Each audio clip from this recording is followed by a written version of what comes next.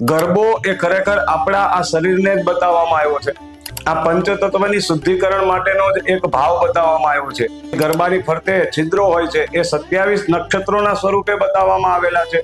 જલની સ્થિરતા માટે થઈ અને આ નવરાત્રીની કળશ પૂજા, ઘટસ્થાપનની પૂજા બતાવવામાં આવી છે. શુભમ કરોતુ કલ્યાણમ આરોગ્યમ ધન સંપદઃ શત્રુ બુદ્ધિ વિનાશાય દીપ જ્યોતિર નમોસ્તુતે. આ એક દીપની જ્યોતિ પ્રજ્વાલ્ય કરવાથી શત્રુઓને બુદ્ધિનો નાશ થાય છે. ભગવાન રામ દ્વારા પણ જવારાની ઉત્પત્તિ બતાવવાનું, જવારાની સ્થાપના કરી છે. મિત્રો, કાર્યક્રમની શરૂઆત કરતા પહેલા આપ સર્વને આ નવરાત્રી પર્વની ખૂબ ખૂબ બધાઈ. પ્રથમમ શૈલપુત્રી ચ દ્વિતીયમ બ્રહ્મચારિણી તૃતીયમ ચંદ્રઘંટે તે કુષ્માંડે તે ચતુર્થકમ પંચમમ સ્કંદમાતે તે ષષ્ઠમ કાત્યાયનીતિ ચ સપ્તમમ કાલરાત્રિ તે મહાગૌરી તિથાષ્ટમમ નવમમ સિદ્ધિદાત્રી ચ નવદુર્ગા પ્રકીર્તિતાઃ. તો વિશેષતઃ નવરાત્રીનું જ્યારે આ પાવન પર્વ આપણને પ્રારંભ થયું છે, આપણને પ્રાપ્ત થયું છે, ત્યારે એ 9 દિવસ અલગ અલગ માં ભગવતી દેવાધિદેવ મહાદેવની અર્ધાંગિની માં પાર્વતીના સ્વરૂપો, માં ભગવતીએ જે પ્રમાણે કાર્ય કર્યું એ પ્રમાણે માં ભગવતીના સ્વરૂપોનું વર્ણન બતાવવામાં આવ્યું છે.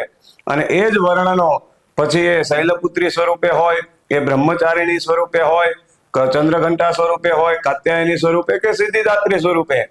તો મુખ્યત્વે નવરાત્રીના પાવન પર્વના અંગીભૂત વિશેષતઃ આ બ્રહ્મચારિણીથી આરંભ કરવામાં આવે, શૈલપુત્રીથી આરંભ કરી અને સિદ્ધિદાત્રી સુધી મુખ્યત્વે આ 9 સ્વરૂપોનું નવદુર્ગા સ્વરૂપે પૂજન અને અર્ચન કરવામાં એ આવે છે.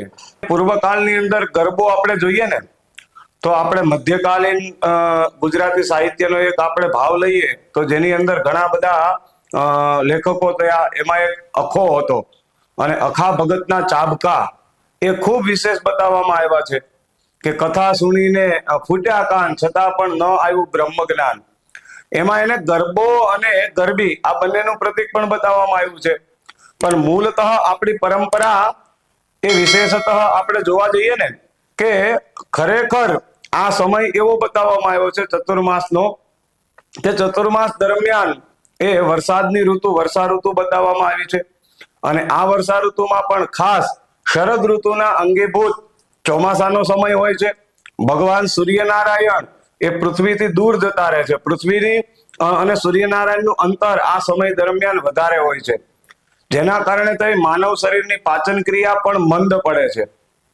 અને એટલા માટે થઈ ગરબો એ ખરેખર આપણા આ શરીરને જ બતાવવામાં આવ્યો છે. પૂર્વકાળમાં આપણે જોઈએ તો માટીનો ગરબો બતાવવામાં આવ્યો હતો. મુખ્યત્વે આ પંચતત્વની શુદ્ધિકરણ માટેનો જ એક ભાવ બતાવવામાં આવ્યો છે. પૃથ્વી, જળ, વાયુ, તેજ અને આકાશ. તો એ માટીનો ગરબો એટલે કે નાનું એવું માટીનું કુંભ લાવી અને એની અંદર અલગ અલગ પ્રકારના 27 છિદ્ર બતાવવામાં આવેલા છે. આજે પણ આપણે ઘણી બધી જગ્યાએ જોઈએ છીએ કે ગરબા પ્રસ્થાપિત કરવામાં આવે, એ ગરબાની અંદર એક દીવો પ્રજ્વાલ્ય કરવામાં આવે, એ ગરબાની ફરતે છિદ્રો હોય છે એ 27 નક્ષત્રોના સ્વરૂપે બતાવવામાં આવેલા છે. આપણા શરીરની મુખ્ય 27 નાડીઓ સાથે ક્યાંક ને ક્યાંક સંલગ્નતા બતાવવામાં આવી છે. અને ત્યારબાદ એ ગરબાની આપણે જે ભોજન કર્યું છે એને પચાવવા માટેનો પણ એક ભાવ છે. અને એ 27 ની આપણે પ્રદક્ષિણા કરવાની છે. ગરબો આપણે રમીએ છીએ, જેને આપણે સંસ્કૃતમાં પ્રદક્ષિણા કહીએ છીએ, જેનો ભાવ એક બતાવવામાં આવ્યો છે. પ્રદક્ષિણા શબ્દનો અર્થ જ એ છે કે પ્રગતમ દક્ષિણવત ઇતિ પ્રદક્ષિણા. આજે ક્યાંય ને ક્યાંય શેરી ગરબાઓ થતા, શેરી મહોલ્લામાં કે સોસાયટીમાં ગરબાઓ થતા, એ ક્યાંય ને ક્યાંય એનું સ્વરૂપ પાર્ટી પ્લોટે કે ફાર્મ હાઉસમાં લીધું છે, જેની અંદર ન વાગવાના એ બધા ગીતો છે વાગતા હોય છે, ન કરવાના એવા અશ્લીલ ડાન્સ, અશ્લીલ નૃત્ય એ આપણને જોવા મળે છે. પણ મુખ્ય ભાવ ગરબાનો એ બતાવવામાં આવ્યો છે કે જે ગરબો 27 નક્ષત્ર રૂપી 27 છિદ્ર વાળો ગરબો પ્રસ્થાપિત કરવામાં આવ્યો છે, એ ગરબાની જમણી બાજુ તમે જ્યાંથી ઉભા છો એની રાઈટ સાઈડ 27 વખત તમારે ફરવાનું છે. પ્રગતમ દક્ષિણવત ઇતિ પ્રદક્ષિણા. જ્યાં તમે ઉભા છો ત્યાંથી જમણી બાજુ 27 વખત એની પ્રદક્ષિણા કરવાની છે. એ ગરબો રમવાનો એક ભાવ છે, જેના કારણે થઈ આપણી જે પાચન ક્રિયા મંદ પડેલી છે એને પણ એ પ્રદક્ષિણા કરતા કરતા એ પણ ધીરે ધીરે મંદ મુદ્રાની અંદર એ ધીરે ધીરે ગરબો રમવાનો આખો ભાવ બતાવવામાં આવ્યો છે. કારણ તો કે અંતે આ બનેલું પંચતત્વનું શરીર એ પંચતત્વની શુદ્ધિકરણ માટેનું જ બતાવવામાં આવ્યું છે. જેમ આપણે વાત કરી કે આધ્યાત્મિક મહત્વ, તો એ ઘટ સ્થાપનની સાથે સાથે કળશ સ્થાપન કરવામાં આવે છે. મુખ્યત્વે કળશ એ માટીનો બતાવવામાં આવેલો છે. એ માટીના કારણે થઈને આપણે જોઈએ તો પૃથ્વી તત્વ આપણું એ મજબૂત બનતું હોય છે. એની અંદર જળ અર્પણ કરવામાં આવે છે. એના કારણે થાય એને શરીરમાં રહેલું જળ તત્વ શાસ્ત્ર અને વિજ્ઞાન પણ સ્વીકારે છે કે મારા તમારા શરીરમાં પાણી વધે ને તો પણ તકલીફ થાય છે અને જળ ઘટે તો પણ તકલીફ થાય છે. એટલે જળની સ્થિરતા માટે થઈ અને આ નવરાત્રીની કળશ પૂજા, ઘટસ્થાપનની પૂજા બતાવવામાં આવી છે. ત્યારબાદ એના અંદર ઔષધિઓ પધરાવવામાં આવે છે.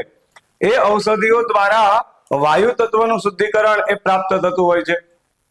ત્યારબાદ એને દીપદાન અર્પણ કરવામાં આવે છે. દીપ આપણે ત્યાં સુંદર શ્લોક, એક સામાન્ય શ્લોક મિત્રો કહીએ ને તો ઘણું બધું આપણને પ્રાપ્ત કરાવે છે કે શુભમ કરોતુ કલ્યાણમ આરોગ્યમ ધન સંપદ શત્રુ બુદ્ધિ વિનાશાય દીપ જ્યોતિર નમોસ્તુતે. આ એક દીપની જ્યોતિ પ્રજ્વાલ્ય કરવાથી શત્રુઓને બુદ્ધિનો નાશ થાય છે. મારું તમારું શુભ અને મારું તમારું કલ્યાણ થાય છે. આરોગ્ય અને ધનની સંપત્તિની પ્રાપ્તિ આપણે ત્યાં આ દીપ પ્રજ્વાલ્ય કરવાથી થાય છે.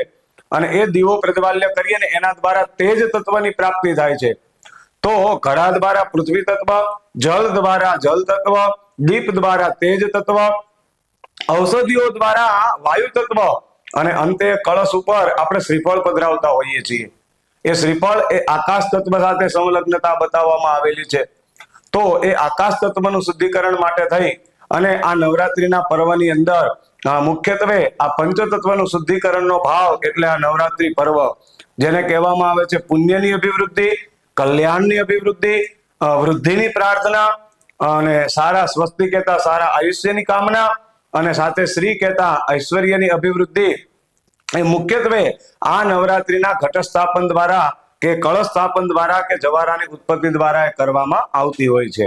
આ નવરાત્રી પર્વ મિત્રો એક પ્રકારનું અનુષ્ઠાન કરવા માટેનું આ પર્વ છે. ત્યારે પૂર્વકાળની અંદર આપણે જોવા જઈએ ને તો ઘણા બધા લોકોએ આ નવરાત્રી પર્વ અંગીભૂત જવારાનું સ્થાપન, આ ઘટ સ્થાપને કરેલું છે. રામાયણનું આપણે ઉદાહરણ લઈએ તો કિષ્કિંધાની અંદર જ્યારે ભગવાન રામ અને ભાઈ લક્ષ્મણ માં સીતાને શોધવા માટે થઈ અને નીકળ્યા છે, એ સમયે નારદજીએ એમને ત્યાં આ માં ભગવતીનું ઘટસ્થાપન કરવા, નવરાત્રીનું અનુષ્ઠાન કરવાનું પ્રમાણ આપવામાં આવ્યું છે. અને એ સમયે સ્વયં ભગવાન રામ દ્વારા પણ જવારાની ઉત્પત્તિ બતાવવાનું, જવારાની સ્થાપના કરી છે. કારણ કે આપણે ત્યાં સાઉથ દક્ષિણ બાજુની પરંપરા જોવા જઈએ ને તો આજે પણ માં ભગવતીના દુર્ગાયજન માટે થઈને નવરાત્રીમાં લોકો છે જવારાની ઉત્પત્તિ કરતા હોય છે. એક સુંદર મજાનું માટીનું પાત્ર લઈ એના અંદર માટી પધરાવવાની છે. કાળી ચીકણી માટી પધરાવો, થોડું ગાયનું ગોબર, ગાયનું છાણ પધરાવવાનું છે. ત્યારબાદ સપ્તધાન્ય બતાવવામાં આવ્યા છે. ઘઉં, ચોખા, મગ, ત્યારબાદ તલ, આવા અલગ અલગ પ્રકારના સપ્તધાન્ય પધરાવી અને એના ઉપર સરસ મજાનું થોડું જલ પધરાવી અને દિવસે દિવસે જવારાની એનું જ પૂજન બતાવવામાં આવ્યું છે. આમ તો જોવા જઈએ તો વિશેષતઃ એ પ્રકૃતિનું પૂજન છે. અને જેટલા એ જવારા સારા ઉગે છે, ઉત્પન્ન થાય છે ને, એટલું જ આપણે ત્યાં ઐશ્વર્યતાની અભિવૃદ્ધિ આપણને પ્રાપ્ત થતી હોય છે. આ જ પૂજન એ ભગવાન રામે પણ કર્યું હતું. ત્યારબાદ રાજા સુદર્શન નામનો રાજા હતો, એ રાજા સુદર્શને પણ આ જ ઘટસ્થાપન અને આ જવારાની ઉત્પત્તિ એ વખતે માં ભગવતીના અનુષ્ઠાન માટે થઈ અને ઘણી બધી રીતે કરી હતી.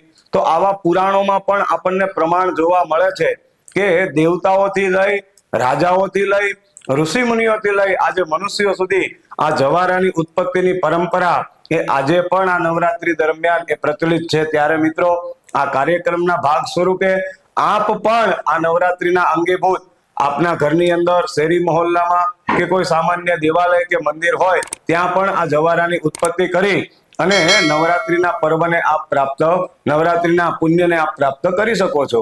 ધન્યવાદ.